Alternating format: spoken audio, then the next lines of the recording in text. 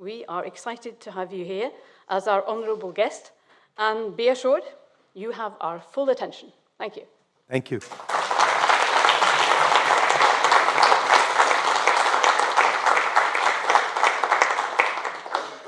Right, Rahul Gandhi. I mean, honestly.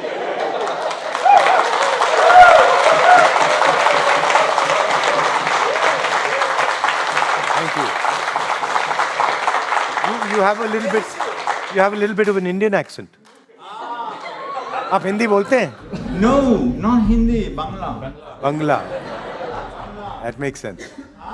কেউ বাঙালি কেউ আছে অনেক আছে অনেক আছে এই যে ওশি হ্যাঁ আমি অনেকদিন বাংলাদেশে ছিলাম বাংলাদেশ এবং আপনার পশ্চিমবঙ্গে sorry yes anyway so I've been trying to impress people over the last few days that Rahul Gandhi okay so he's famous in his own right etc but he is actually it's perfectly within the realm of possibilities the next Prime Minister of India.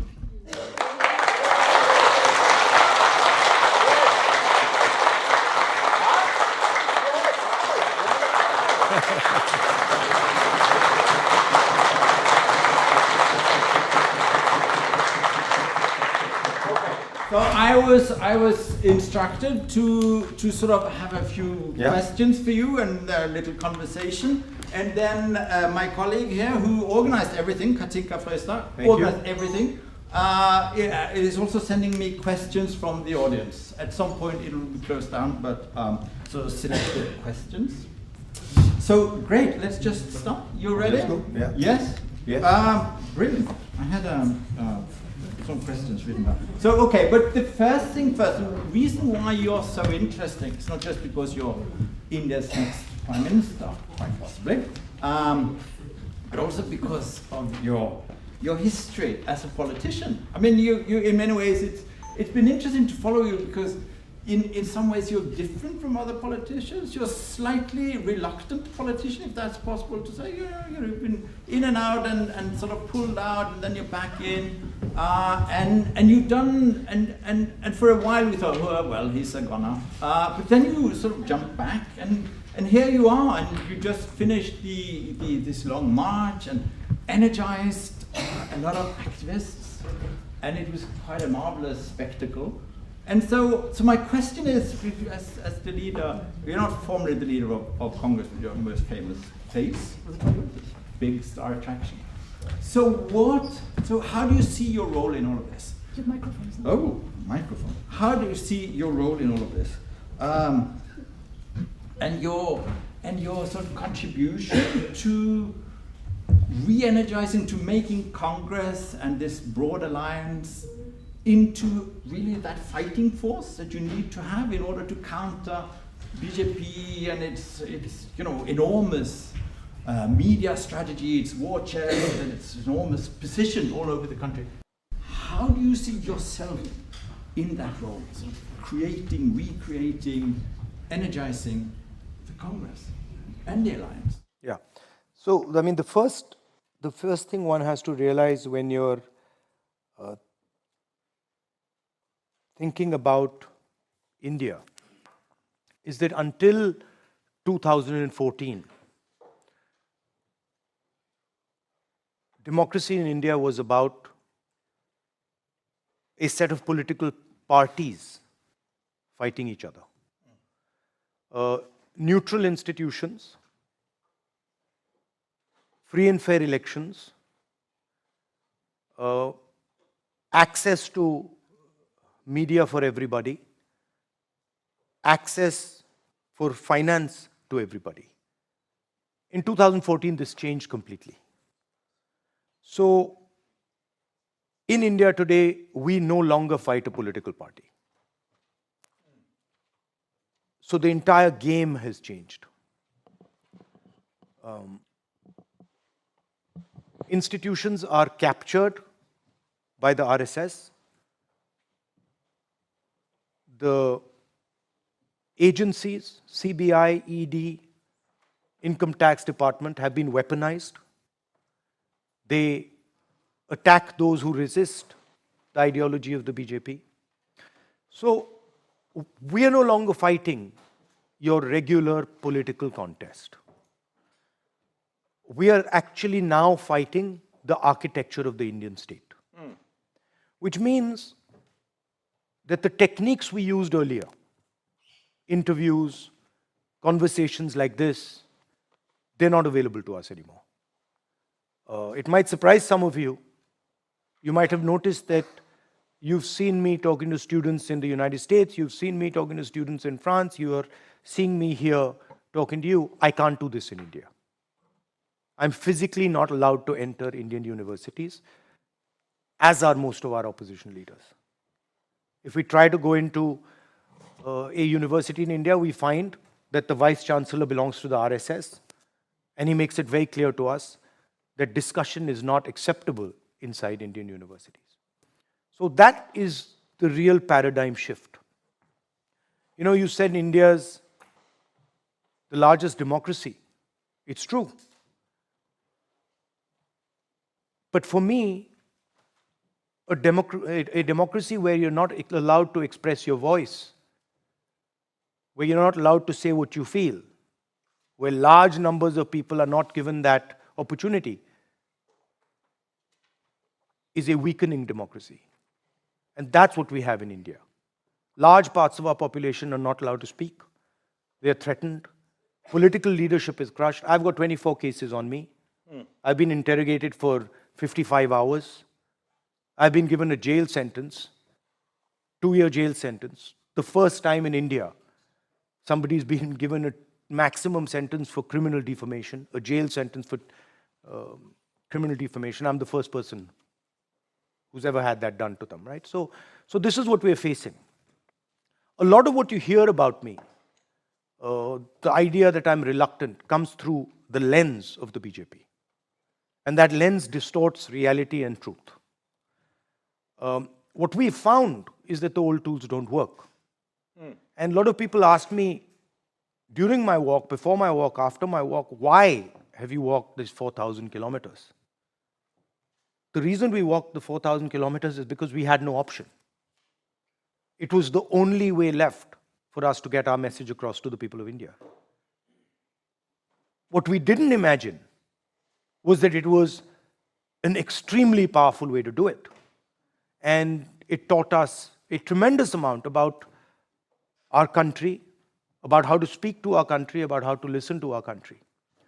But if you ask me in 2005, even 2012,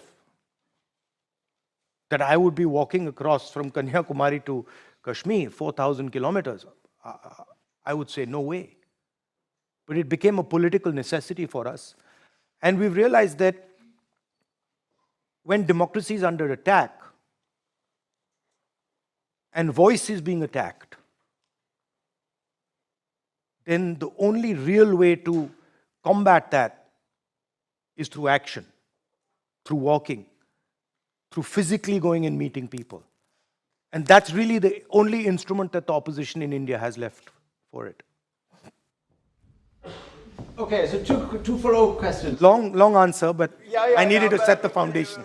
Excellent, excellent. But follow-up question, what is your personal contribution to this? And why did you decide that you would be a good leader? You would be sort of the person to lead in this. No, I don't. Everybody could do it. I mean, you just give them a... Everybody can do it. Everybody should do it. And I don't decide these things.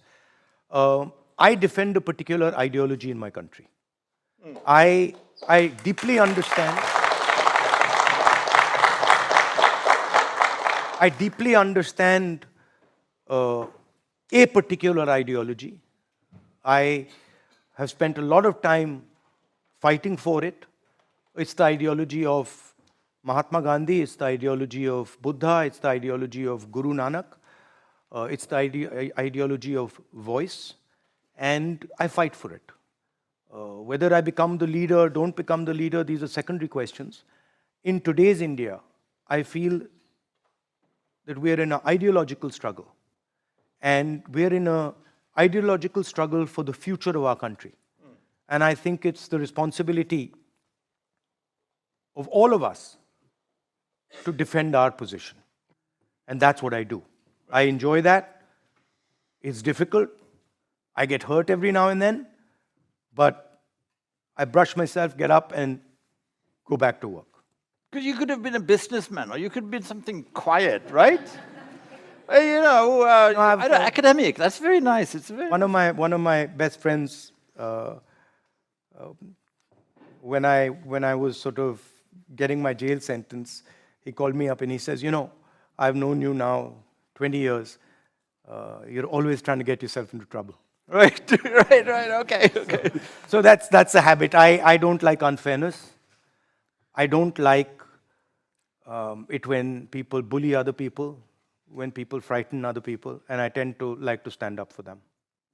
Okay, very good. It's just my nature. It irritates me when I see power being misused. It's not a mental thing. It's not a mental thing. It's like it's a heart thing. It just disturbs me. It doesn't matter who they are. If they're being pushed around, if they're feeling, pressured because of power, somebody is being, even if an animal is being mistreated, it disturbs me deeply. I miss your beard. You had such a wonderful beard after the walk. It looked so impressive. People have different views on that. Okay.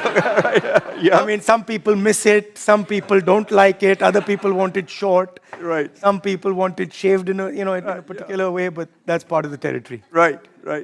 Okay, so It does vary, though. Yeah. Oh, I noticed. A bit longer now.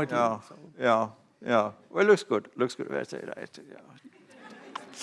Yes. But returning to the question of your political part of the Congress, I mean, I spent quite some time in West Bengal, and Congress hasn't been in power since 1977 in West Bengal, but it's still there. It's like everywhere, right? So in every village you have Congress wallas, in every neighborhood in the city. They're everywhere, and even during election campaigns and non-election, you'll find these flags. And chakra, so the Congress is a bit everywhere, but it's also a bit it's a bit the establishment. It's not really, but not the political establishment. It's the old people. They're well established. They're sort of doing their own stuff. So question is, that appeal to the young voters. How are you going to contribute that appeal to the young voters and to really re-energize Congress into that that fighting force that you need? So there's two ways to look at the Congress. There's what you're describing, the Congress organization. That's a political organization, and that's weak in Bengal. And it's strong in Karnataka. Yeah. It's strong in Maharashtra. It's strong in some parts and it's weak in other parts. The other way to describe the Congress is as an idea, right? And as one of the central visions for India's people, right? And that is not weak at all. That is very strong. Now, sometimes there's a mismatch between the idea and the ability of the organization to pick up the heart of the idea, right? And you can see that the Congress Party goes through that transition. That's what we are in the process of doing today. We are redefining the Congress organization and bringing it closer to the Congress idea. The Congress idea is a revolutionary idea. To give you a sense, we fought the British, we fought them non-violently, and we defeated them. We didn't kill them, we didn't threaten them. Affectionately, we defeated a superpower. That's the Congress idea. And that's very strong in the Indian heart and in the Indian mind. That idea is under attack right now by the RSS idea. Violent, male chauvinistic idea. So how do we strengthen the Congress? By making it defend the Congress idea all across the country. By making sure that wherever the Congress idea is being attacked, the Congress organization is doing the defense of that idea. And when we do that, we naturally find the Congress organization grows. Opening the doors of the Congress. Congress has been in power for a long time. It has a traditional hierarchy, and it's very important that those doors open and younger people come in. We've been very successful in some states. We've been not so successful in other states. But that's how one builds the Congress organization. Right. There are millions and millions of people who believe strongly in the Congress idea, not necessarily in the Congress organization. And that's the gap that we have to bridge. We have to open the doors of the Congress organization to bring all those people in. Which, of course, also, or a second strategy is, of course, your big alliance, where it was called India. Indian National Developmental Inclusive Alliance. India. It's not a name that comes easily to, but there's an acronym. Yeah, I know. Yeah, so it's a good acronym. It's a very good acronym. Yes. I mean, it's supposed to be complicated, so you use the acronym. Right. Good point. We're quite clever. Yes. But of course, then the Prime Minister went ahead and changed the name of the country instead. So, So you can see. I don't think there's been any other political formation such an who, by choosing their name, has made the incumbent change the name of the country. I think that's a world record. And the funny thing is, the next part of this story, because if and when he does change the name, we will also change the name. Right. and then he will have to change the name again. Right? So there's no reason we can't fit those ideas into the acronym Bharat. So, but it tells you a little bit about the panic in the mind of the BJP and the RSS. You said, they're so strong and they're so powerful and they're so big. I deal with them. I fight with them. They're actually not that powerful. They're not actually that strong. They have a lot of resources. They have capture of the Indian state. But the moment the large mass of Indian people start to stitch together, you will not find the BJP and the RSS will be able to contest that. So let's move on to this question of there is the alliance, and it's very many partners. I can't remember exactly the figure, the number of political parties in it. Some of them are quite large and consequential. It's also growing. It's also growing, right. But you run into all sorts of problems, don't you? Because it's a lot of these partners are also rivals, such as West Bengal. You have what? You have Congress, you have Trinamool, you have CPIM, you have CPI. They're all sort of fighting one another. And then you're asking them to sort of, or the activists, to change their minds and start collaborating with people they previously fought against. So this must be a bit of a challenge, isn't it, to keep this alliance going and to make it into an alternative? If you ask the Indian students here, they'll tell you that Indian people know how to deal with complexity. Okay, right. You guys have first course, second course, dessert. Yes. We have a thali with 20 different things on it. And then we don't stop there. Then what do? We take all those katoris and we make one big mess in the middle. And then we eat, right? Right. So we understand complexity. Right. And the thing to do when you're dealing with large complexity is to make one or two simple rules that can manage that complexity. So what are the rules? The first rule is that every single person on that alliance, regardless of which party, is agreed that we are not going to tolerate the murder of Indian democracy. We're not going to accept it. Second, every single person over there is of the view okay, is of the view that we are not going to let the RSS capture our institutional framework. So that's the first point of agreement. Second point of agreement is everybody there agrees that the level of inequality that is being generated in India is not acceptable. That 2 or 3 business houses control the entire infrastructure. The agencies are used to help them knock out other business people. That 200 plus million people have gone into poverty over the last 9 years. This is not acceptable to any of our partners. That we face continuous price rise, not acceptable. So those are the 2 broad frameworks. The third I could add would be all of them agree that government needs to spend much more money on healthcare and education and needs to be involved in that. That's the agreement. Now, where is the disagreement? The disagreement is in a number of states, right? Where, as you said, we are competitors. So there are some states where that is a simple equation. State like Kerala, we fight the left. We ensure that BJP doesn't win a single seat there. And we have a full-scale fight with the left. We don't agree with them ideologically. Let's see who wins.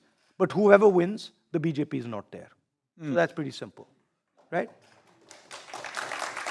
There are other states where it's slightly more complicated.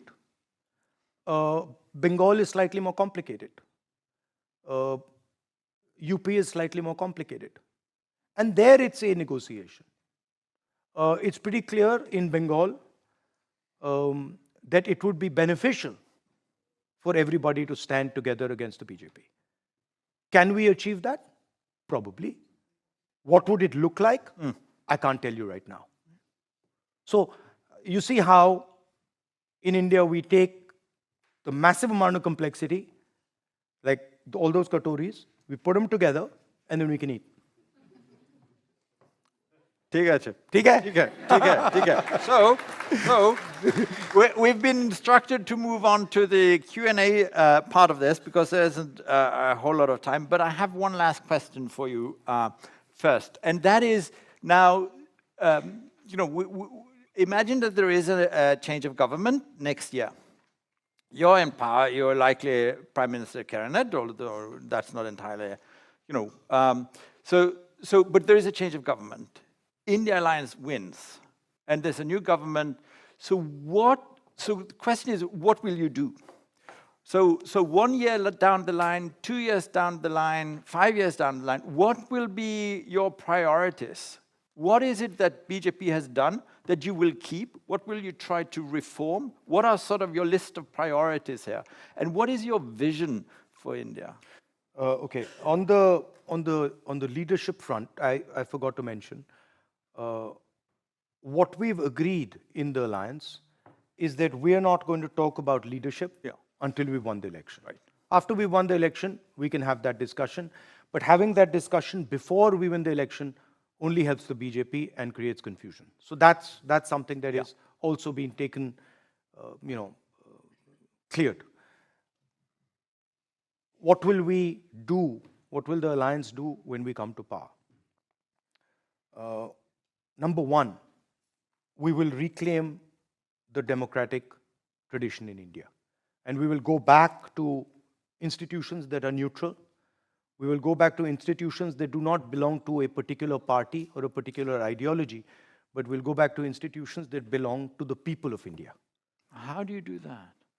We do that by making sure that they are not pressurized, that people who run these institutions are not threatened, that they're not attacked, and that they're allowed to do their job, right? The institutions belong to the people of India, and institutions are there to be neutral. They don't belong to a political party. So the moment we stop trying to shape the behavior of the institutions like the RSS and BJP do, they'll go back to work. Right? So that's one piece of it. The second part, which is a challenge in some ways for Europe and the United States, as well as India, is the fact that if we look at the planet today, we look at this microphone, we look at my phone, we look at this computer, we see that they are mostly made in China.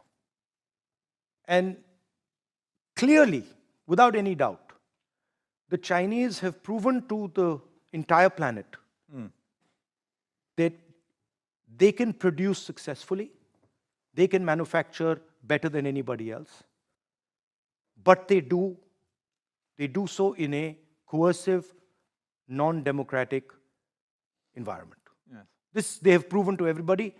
They have essentially dismantled the production networks of the United States, the production networks of Europe, and also, to a great extent, the production networks of India by successfully doing this.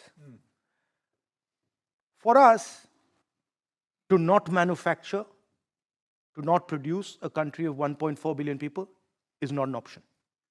We will have such massive levels of unemployment and anger that as a nation we will not be sustainable. So China has placed a vision on the table. It is called the Belt and Road. The heart of that vision is production, dominance of global production. We are asking the question, can we place an alternative vision on the table?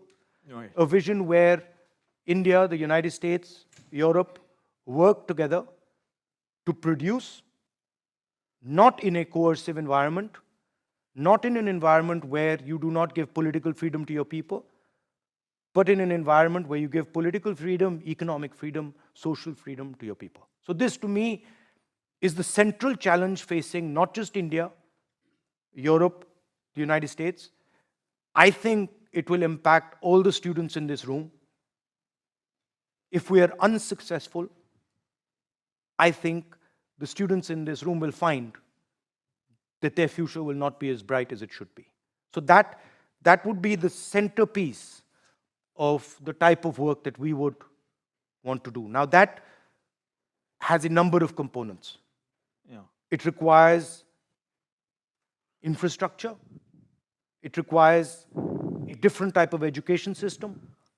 It requires protection for our people. So that would be the central piece, and then you would have structures that would support that. The final thing that I personally think is very important is that there are very, very large groups, large parts of India that are not included in the growth and the success of India. When you look at India from outside as a Western person, you see tremendous success, tremendous growth. But when you look at it from inside India, you see that people from lower caste communities, people from tribal communities, people from minority communities, people from Dalit communities are not part of that. They're simply excluded from that growth. And that is something that India will never, ever be successful without solving. So, much greater inclusion. Inclusion not only in terms of economic growth, in terms of wealth, but in terms of social respect, in terms of protection. So that would be overall how we would think about it. What would we keep that the BJP has done? What would we not differ with them on? Probably some of the work that they've done in infrastructure. I think that would be the mainstay of it. We do not agree with what they've done to the education system. They have tried to erase history, so I cannot say that we agree with them on that. Some of the work they've done in healthcare, probably we would agree with. The broad direction of our economy, the broad direction of our relationship with the United States, relationship with Europe, probably agree with, similar. Yeah. Including war in Ukraine stance. We would agree with their stance on the war in Ukraine, yes. Yeah? Yes. You don't want to come over to our side on... It's not, see, the thing is, it's not come over to your side or come over to their side. We are completely against the violence and the pain that is being felt by the Ukrainian people and by the Russians who are dying in Ukraine. And we think it should stop as fast as possible. Okay? And we understand that in the 21st century, having a war in the middle of Europe is not a good idea, is dangerous for Europe, is dangerous for us, is dangerous for everybody. But as a large country, we have relationships with multiple people.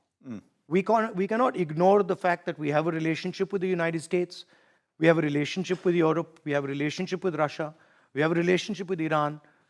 These are things that large countries, by their very nature, have to have. Right? And you can shape them, but you are also limited by them. Good, good, good. Okay, so sorry, moving on to questions and answers. There are 3 questions that have been sent by my colleague. You've answered some of them already, I think. But I'll just sort of quickly recap them for you, so you can sort of decide if you want to elaborate. One deals with public health that's been largely sidelined by Indian politics for a very long time, and it's underfunded. Second question is strategies. Sorry, you've answered that basically. So, okay. Should I just take the first question quickly? Okay. Okay. Yes. Quickly. So when you look at India, one frame is you look at the whole of India, and the other frame is you look at different states in the union. So some of the most cutting-edge work in healthcare is being done in Rajasthan. And those are some of the principles that we're going to use. For us, Rajasthan is a pilot. Right. And if we do come to power, we will use some of those principles and spread them across the country. It's true that both healthcare and education have not received the type of funding they should get. And we're pretty firm on the idea that the government needs to be aggressively involved in education and in healthcare and should spend much more money in both these areas. Very good. Excellent. So last 2 questions. So one is also from the audience. I'll read it because it was sort of it was a very interesting one. NRIs are enjoying religious freedom abroad, but they don't want religious freedom in India. What will you tell them? What will we tell them? That no, not allowing religious freedom in India fundamentally weakens India. And if you think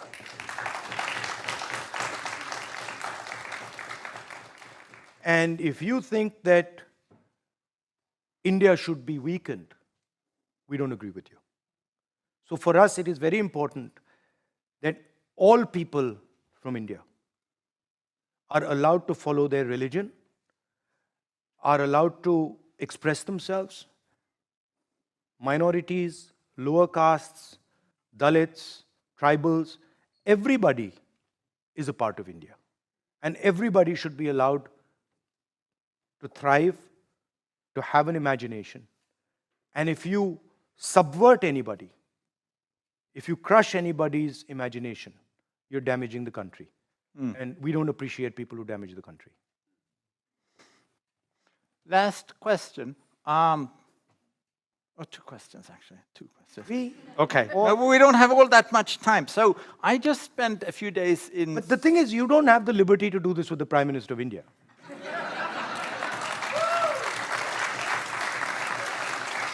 You can't say 2, 3, 4. You can't even say 1. No, I don't. Okay, but I have an interesting question for you, possibly, because I just spent a few days in Sweden, and part of a sort of a TV debate there, the question was raised: is India still a democracy? And there were 3 in the panel. 2 said yes, 1 said no. So it's like, I don't know. What is your take on that? Is India still a democracy, or is it turning into something else? That's one question, and you can mull on that while I ask my second question, which is very short. Why Norway? Arey bhai, yehi choto desh. This is why are you spending time with us? This is a tiny little country. It's smaller than Burdwan district. So I was, there is Uttar Pradesh in India. Hundreds of millions of people. And then there are states like Meghalaya in India. Not many people. But both the voices are equally important to us. So the nature of it is that it doesn't matter how many people live in Norway and that you are a small population. You might have some very innovative ideas. You might have some very interesting things coming out of a small population. So why should we forego that? And second, I think, at least from my perspective, there's a lot we can learn from you. I really appreciate the way you manage your resources. I would like to understand better how you've done such a tremendous job, how you've built your sovereign fund, right? You've done some excellent work in mobility. I'd like to get a sense of what that is. And I'd also like to help you understand some of the difficulties that we're facing, some of the interesting things that we are thinking about.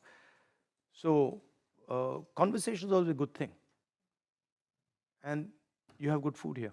Well, a lot of some. Is India still a democracy? Is India still a democracy? India's democracy is under severe assault and attack. India is also defending its democracy. It's a difficult job, but it's doing so. When that defense stops, if it stops, then I will say India is not a democracy anymore. But there are still many, many people who are contesting the attack on the democratic structure. So I cannot say the fight is over. I think we're going to win the fight. I view this as a transition. Both India and China have or are trying to manage the largest migration of people from rural areas to urban areas in history. It's the biggest migration ever. Now, so to think that this is going to happen without any turbulence, without any pressure, that's naive, right? So a lot of these pressures, turbulences, structural problems are coming because of this massive transition that we are going through. And it's expected. What will come out at the end of it? Will we be able to give India a democratic, plural vision? Will we be able to hold the structure together? Will we be able to thrive? That's really the question. We are very clear that India's diversity, the different languages, the different states, different cultures, will simply not absorb what the RSS is trying to place on top of it. We do not think that India can survive a centralization of power the way the BJP is doing. And that's why we're defending it. And we also understand that India has an important role because of its size, because of its scale internationally. And it has certain responsibilities. Indian democracy, in my view, is a global public good. It doesn't just belong to India. It is something that will affect the entire planet. Imagine if 3 Europes suddenly went autocratic. That's the scale of India. So it's important that we defend it. It's our responsibility. We're doing it. But it's important that the rest of the world knows what's going on back home. We're running out of time. Actually, we're past whatever our time limit was set. So anyway, thank you so much. It's been a pleasure. Rahul Gandhi, ladies and gentlemen, Rahul Gandhi. I like. Thank you. Thank you. Can I say 2 words? I must say, I've noticed 2 things that I have to say here. One is I love the format you've used. I've never used this format before, and I think it's a wonderful format, standing and chatting like this. And the second thing I've noticed, which says a lot about Norway, is that I've not met a Norwegian woman who doesn't shake hands firmly, which tells me that they're doing very well, and they're playing a very important role in society, and they're emancipated. So that's a very nice feeling. Thank you. Thank you.